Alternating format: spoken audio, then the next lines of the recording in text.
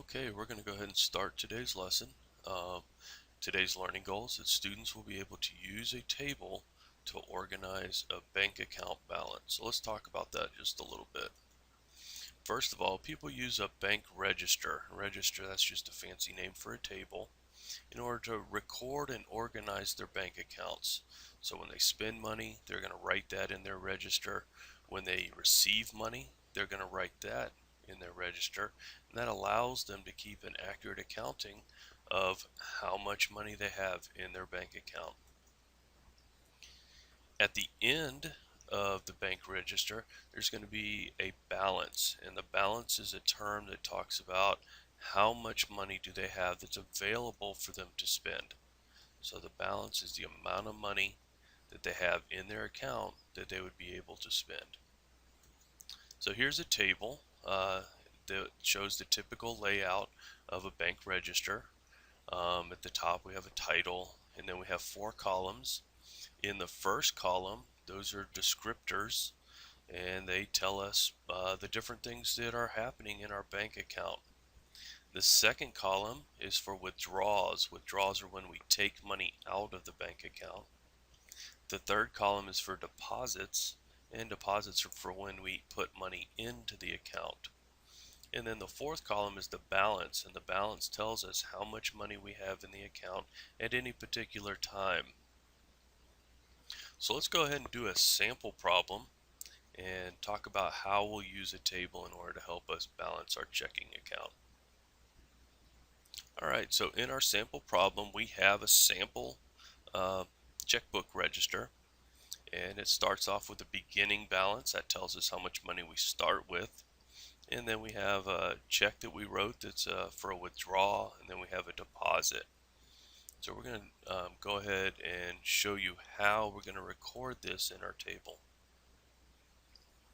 Okay, so I've gone ahead and copied down into my notes the checkbook register.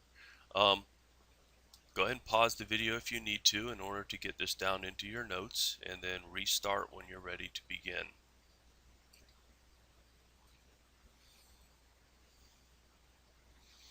Alright, so we have a beginning balance of $224.52.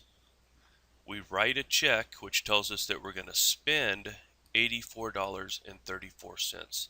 Since we're spending that money, that means that we're going to subtract it from the balance. So spending money always is associated with subtraction. So we write this into our register, 84.34, and we're going to subtract it. So when we subtract, we have to borrow, makes this a 12. 12 minus 4 is 8. 4 minus 3 is 1. 4 minus 4 is 0. Need to borrow again, makes that a 12. 12 minus 8 is 4. And then we bring down the 1. So once we spend that $84.34, our bank account has $140.18 left over.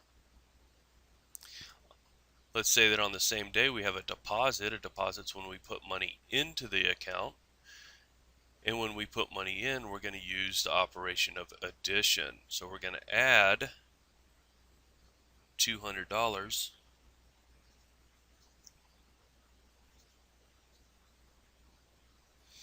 to our bank account. So we just add like we normally would. 8 plus 0 is 8. 1 plus 0 is 1. 0 plus 0 is 0. 4 plus 0 is 4. And 1 plus 2 is 3.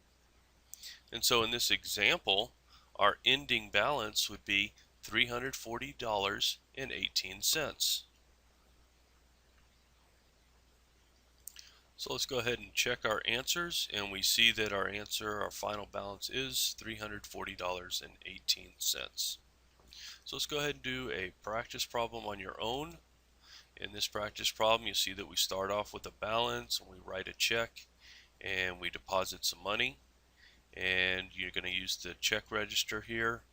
Go ahead and copy it down into your notes, and then go ahead and solve to find out what our ending balance is going to be.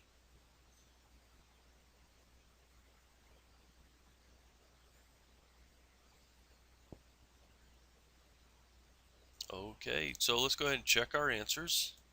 And as we see, our ending balance should be $705.98. Um, that concludes our notes for tonight.